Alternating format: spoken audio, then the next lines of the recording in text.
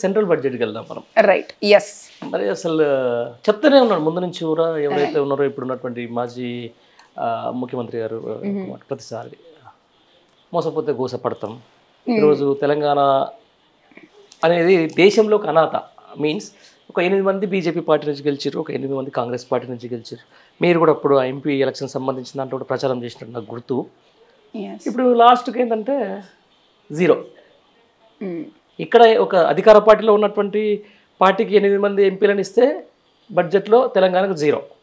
ఇక్కడ కాంగ్రెస్ పార్టీకి సంబంధించి బీజేపీకి 8 మంది ఇస్తే వాళ్ళు అక్కడ సెంట్రల్లో వాళ్ళ అధికారంలో ఉన్నారు, రాష్ట్రంలో వీళ్ళ అధికారంలో ఉన్నారు. బట్ ఈ 2 అధికారంలో ఉన్న పార్టీలు తెలంగాణలో ఉన్నాయి, బట్ తెలంగాణకు వచ్చింది మాత్రం 0. దీన్ని ఎట్లా చూడొచ్చు? మొదటి నుండి మనం చెప్తూనే వస్తున్నాము, తెలంగాణ ప్రజల కోసమై కొట్లాడే ఏకైక పార్టీ బీఆర్ఎస్ పార్టీ అని చెప్పి. ఎందుకంటే మొదటిసారి చూస్తుంది కాదు మనం ఇట్లా బడ్జెట్ అలొకేషన్లో తెలంగాణకి ఏం రాకుంటుండడం. ఇది మనం తరతరాలుగా ఏ పార్టీ ఏ రాష్ట్ర జాతీయ పార్టీ హోదాలో ఉన్నా కూడా మన తెలంగాణకి ఎప్పటి నుండో బడ్జెట్ అనేది వస్తలేదు. సెంట్రల్ నుండి వస్తలేవు. సో అందుకోసమే నేను అన్నాను, మీరు బీఆర్ఎస్కి ఓటేస్తే మీకోసమే తెచ్చే గొంతు లేపి అరిచి పోట్లాడి తెచ్చే అవకాశం మీరు మాకు ఇచ్చినట్లు ఉంటుంది అని చెప్పి అందుకోసమే చెప్పిండే. అయినా ఇప్పుడు ఏమీ రాలేవు. కానీ సర్ప్రైజింగ్ కాదు, అంటే నేనైతే ఎక్స్పెక్ట్ చేసినాకి ఏం చేయరు. అదే కాకుండా ఇండియా వైడ్ బడ్జెట్లు కూడా వాళ్ళు చేసింది ఏం లేదు, చేంజెస్ చేసింది ఏం లేదు.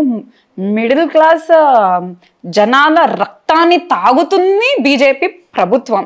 ప్రతి ఒక్క దాంట్లో ట్యాక్స్, మనం కుర్చీ మీద ట్యాక్స్, మనం తినే తిండిలో ట్యాక్స్, మనం వేసుకునే బట్టల్లో ట్యాక్స్, మనం కారు కొనాలంటే ట్యాక్స్, కారు అమ్మాలంటే ట్యాక్స్, ఇన్సూరెన్స్కి ట్యాక్స్, దేనికి ట్యాక్స్ లేదు మనకు.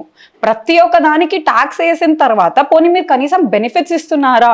ఎక్కడ చూసినా రోజు సరిగా ఉండే. అసలు మీరు ఏమి ఇస్తున్నారు ప్రజలకి? What are you giving back for ఇచ్చిన ట్యాక్సెస్కి? మీరు ఏం రిటర్న్ ఇస్తున్నారు? ఏం ఇవ్వలేకపోతున్నారు. కాబట్టి బీజేపీ వచ్చి ఈ దేశానికి ఉద్ధరించింది ఏం లేదు, డెవలప్మెంట్ చేస్తుందేం లేదు. ఎందుకంటే డెవలప్మెంటల్ మనీ ఏదైతే ఈ ప్రాజెక్ట్స్లో కూడా పెట్టినరో, ఎయిర్పోర్ట్ ప్రాజెక్ట్, ఢిల్లీలో ఎయిర్పోర్ట్ కూలిపోయింది, గుజరాత్లో కూలింది. మరి అంటే మీరు ఇప్పుడే ఇనోగ్రేట్ చేసి 6 నెలల వర్షం పడి ఆ ప్రాజెక్ట్ కూలితే మీరు ఏం చేస్తున్నట్లా in the end, right? So I think local regional parties south India ఎస్పెషలీని నేను రీజనల్ పార్టీస్ అంతా పట్టించుకోవడం దశాబ్దాలుగా అయితే నేను చూడలేదు. ఇప్పటికీ మీకెవరైనా చెయ్యాలి అంటే ఇంకా ఎలక్షన్స్ కూడా వస్తున్నాయి, మనకు సర్పంచ్ ఎలక్షన్స్ వస్తున్నాయి, మనకు ఎంపీటీసీ లోకల్ బాడీస్ ఎలక్షన్స్ వస్తున్నాయి. I feel it's very important that జనాలు ఇప్పటికైనా లైక్ ఐ ఫీల్ ఆలోచించి మీకోసం పోట్లాడే వాళ్ళకి మీకోసమే ఇప్పుడు అడగాలి. అడగకపోతే వాళ్ళు ఏం చేయరు, దోచుకుంటున్నారు కాంగ్రెస్ నాయకులు.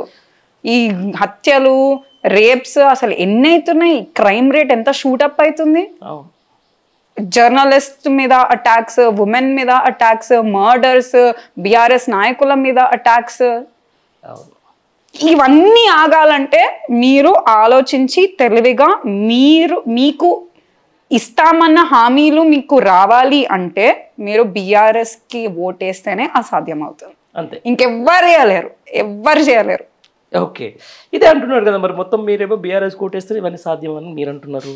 అసలు బీఆర్ఎస్ పార్టీని నేను స్టేట్లోనే ఉంచాలని చెప్పేసి మీ ముఖ్యమంత్రి అంటున్నారు. ఫస్ట్ ఆఫ్ ఆల్ మనం ముఖ్యమంత్రి గారి వర్డ్స్ ని అంతా సీరియస్ గా తీసుకోవడం మనం ఆపేయాలి, రైట్? ఎట్లా? ట్రాక్ రికార్డ్ ప్రూవ్ అవుతుంది కదా. అంటే సీరియస్ గా తీసుకోవాలంటే ఆయన మాట మీద నిలబడే మనిషికైనా ఉండాలి. ఆయన మాట మీద నిలబడాడు దేని విషయంలో కూడా. మరి ఆయన విషయం అసలు ఆయన నోటికెళ్ళి వచ్చే మాటలు ఒక నవ్వులాటగా తీసుకోవాల్సిన you know it's a joke. What he says is a joke, right? Because నామకే వాస్తే ఏది పడితే అది అరవడం అంతే. మామూలుగా ఏమంటారండి ముఖ్యమంత్రికి సంబంధించిన యూఎస్లో అక్కడ యూత్ కానీ ఉంటారు కదా, అందరు తలా పెట్టుకుంటున్నారు. ఏంది ఎవరు వచ్చారు మన తెలంగాణకి? ముఖ్యమంత్రిగా రేవంత్ రెడ్డి రావడం ఏంది, గుంపు మేస్త్రి రావడం ఏంది, మన తెలంగాణ పరిస్థితి ఏమైపోతుందో, 10 సంవత్సరాలు మనం ఎంత కష్టపడి ముందుకు వెళ్ళినదంతా వెనకకి వెళ్ళిపోతుంది, రివర్స్ గేర్ తీసేసుకున్నాం మనం అని చెప్పి అందరూ బాధపడుతున్నారు. ఏ పని కావాలన్నా కూడా ఇప్పుడు చాలా కష్టం అవుతుంది. అన్ని లైన్స్ కట్టడం స్టార్ట్ చేసిండ్రు ప్రజలు కూడా.